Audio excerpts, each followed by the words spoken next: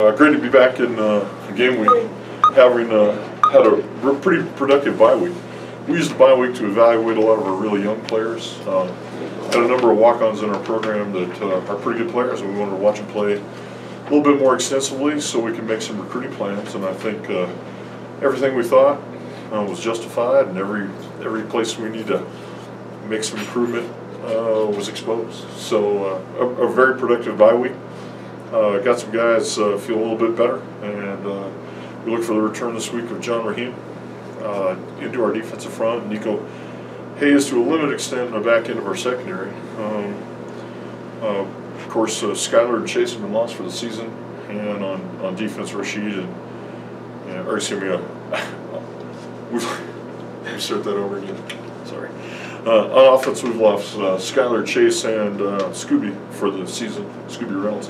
And then on defense, of course, we've lost Rashid for the season. So, you know, there's an attrition that occurs all the time, and it's something you just have to handle and deal with. Probably the big change for us this week is that Thomas Vazorka will slide out to tackle, and Cody Abb will get his first start of the season at guard. It's great to have Cody back with us. And Thomas has been just a warrior for us. He's played left guard, right guard. It'll be his first start at right tackle. He's got a severe challenge ahead of him. Northern Arizona's left defensive end was the Big Sky Defensive Player of the Week last week. So a good challenge for Thomas. A fourth-year senior has really been a good leader for us. Mike, I know you've watched a lot of tape on Northern Arizona. When they lose a player of the caliber of Kokas, there's probably a mental as well as a physical down period for a while. Have they gotten over that now? Have you seen that on tape? Are they as good as they're going to be now? Yeah, the quarterback that's playing for him now started 8 games last year for East Carolina. So it isn't like he's some neophyte that's never seen the field before. He's played in Division I ball games against great competition. So it took him a while to get going to find his stride. I see no drop-off now offensively from where they were. In fact, the most impressive thing has been the development of their young tailback. Last week just had a monster game, especially in the second half, where he really started to assert himself and become a nice player. Emmanuel Butler on the outside is one of the class wide receivers in this conference and has been for quite a while. Are they doing the same things offensively, Mike, or have they made any adjustments? The beat goes on. Same band, same music, same thing. Run pass option, spread you out, run the ball with multiple tight end sets. All the stuff that Jerome Sowers has always stood for is still evident in their offense. You know, just a word about Jerome Sowers. Obviously, a rock of the conference, most conference wins, one of the top winners ever in the profession in our conference. Just a guy that's been stern, steady, a very quality head coach, and an outstanding program leader. What is it like to go head-to-head with a guy like that? I've done it a lot. Yeah. Sometimes I've won, sometimes I've lost. Here we haven't had much success. We've played pretty competitively early when we first got here, but he had his way with us in 12 and 13. So haven't seen him for a while, but still no change in their program. You know, the other part of his program is so stable is on defense. But Andy Thompson, the defense coordinator, has been with him for quite a while. And of course, Andy was a great player of note at the University of Montana, a great friend, and really a very quality teacher, a very steady, very concrete teacher that knows exactly what he wants to get done with his defense. You guys haven't played them since 2013. Is that changing things? Is that more difficult? Is that hard? Is that something you like? I mean, it's been 3 years. I mean, since you saw it. If I can use the word "suck," it's what sucks about this conference. This conference is too big. It's terrible. I mean, I don't like it, and I'm not stuttering when I say it. I think it's terrible. It's too big. It's unwieldy. It's not a conference. We go all this time without seeing Davis, or we go all this time without seeing Northern Colorado. I don't like it. So now you know how I feel. It was just announced. I just saw it a few minutes ago over Twitter. Apparently, starting 2020, there's going to be 9 league games. I don't know. Have you heard about that, or what are your thoughts on that? My thoughts are that's great. I wish we'd play 11 league games. So how does that, as far as the way your scheduling works, how does that I don't really care. I want to play 11 league games. I don't want to play Oregon State and Colorado. Ever.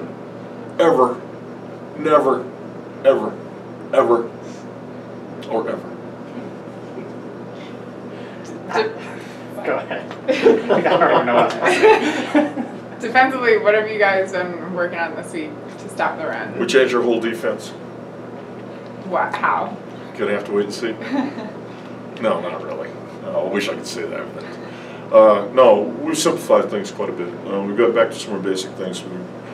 We examined everything we were doing, how we're doing it, from tackling to alignment to initial footwork to reads.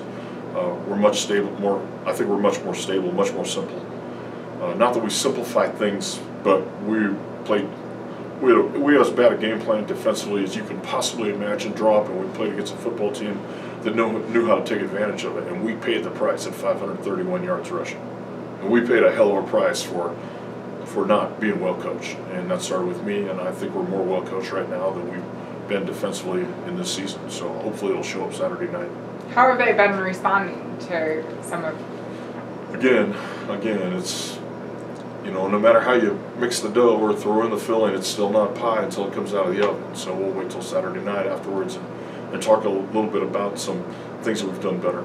I see it in practice, and hopefully I got to see it in the game. Their two wideouts, Marks and Butler, are they big speed guys? Are they, what are they like? Emmanuel Butler, 6'4", 200, which is a tremendous target. Both teams are very similar in the back end defensively. I hate to turn the tables on this, but both teams have diminutive corners and some tall wide receivers. And you look at Mitch Guller for us on the back end, outside along with Pat Carter. We've got some taller dudes, and then at slot, Kyle Williams. He's not short at 6'2". I mean, he's got good size. So I think both teams have a definitive size advantage at wide receiver versus the size of their defense backs.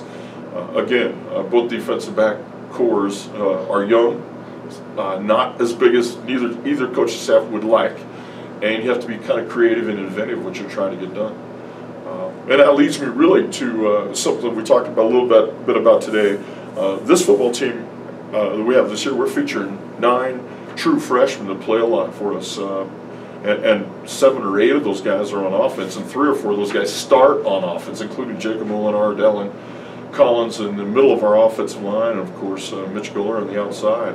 We're getting good production out of Michael Dean. We're getting some production out of some true freshmen. And then for us at corners, our bigger corners are our freshman corners.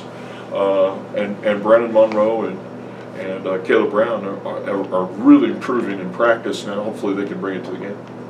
What does NAU do on defense? Well, they're a 4-3 team that morphs into all sorts of different looks and coverages. They've always been pretty multifaceted. For a long time, Andy favored playing a flex defense, and we played flex defense here early, trying to mirror really what they had done at NAU. They've gone more to a traditional defense, and part of me is like, like when we got a chance to play against that flex back in the days. But really good in the front, good at active at linebacker, and as I say, smaller and less experienced in the back end than probably have been for many years. Mike, speaking of the defensive secondary, safeties are so big of a factor in your defense. You've had problems with that position at times in the past. So far this season, have the safeties played up to your expectations? Is that area stable for you? No, not yet, Mark. No, we don't play the type of productive safety that you need to play. In fact, I just got done watching Portland State play against Weber State. Weber State safeties are really good versus how our safeties played against Portland State. So improved safety play is something we're striving for in a mighty endeavor at this moment right now. Jerome was saying that lately he's seen defenses do some different things against them to try to kind of halt their pass attack a little bit. What have you seen other teams do? Well, the problem, not problem, but their limitation offensively has just been inconsistent play at quarterback. When Case went down, even Case wasn't playing great. Cookus wasn't playing great yet. He hadn't really found his stride midway through the season yet, and then he gets banged up, or early in the season he gets banged up against Eastern Washington. And there's a little bit of changeover. In all programs, you change a quarterback a little bit, it's not the same. But we look for them to be in rhythm, in stride Saturday night. No excuses really for them and how they're playing just because their starting quarterback went down. We're seeing a lot of good sophomore quarterbacks in this conference, including Gubrud at Eastern, and Ketteringham didn't have a great game for Sacramento State, but there's a lot of good sophomore quarterbacks in this conference, and hopefully our guy, Tanner Guller's one of them.